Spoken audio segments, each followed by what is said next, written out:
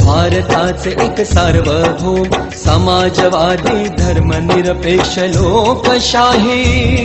गणराज्य घडवण्याचा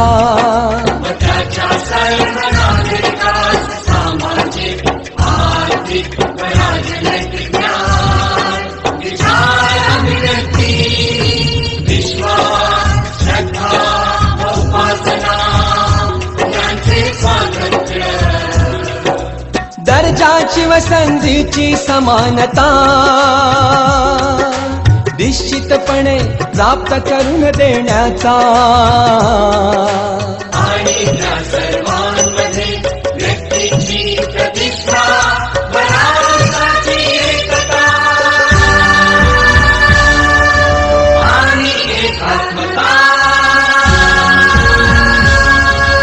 यांचे आश्वासन देणारी बंधुता प्रवर्धित करण्याचा संकल्पपूर्वक निर्धार करून आमच्या संविधान सभेत आज दिनांक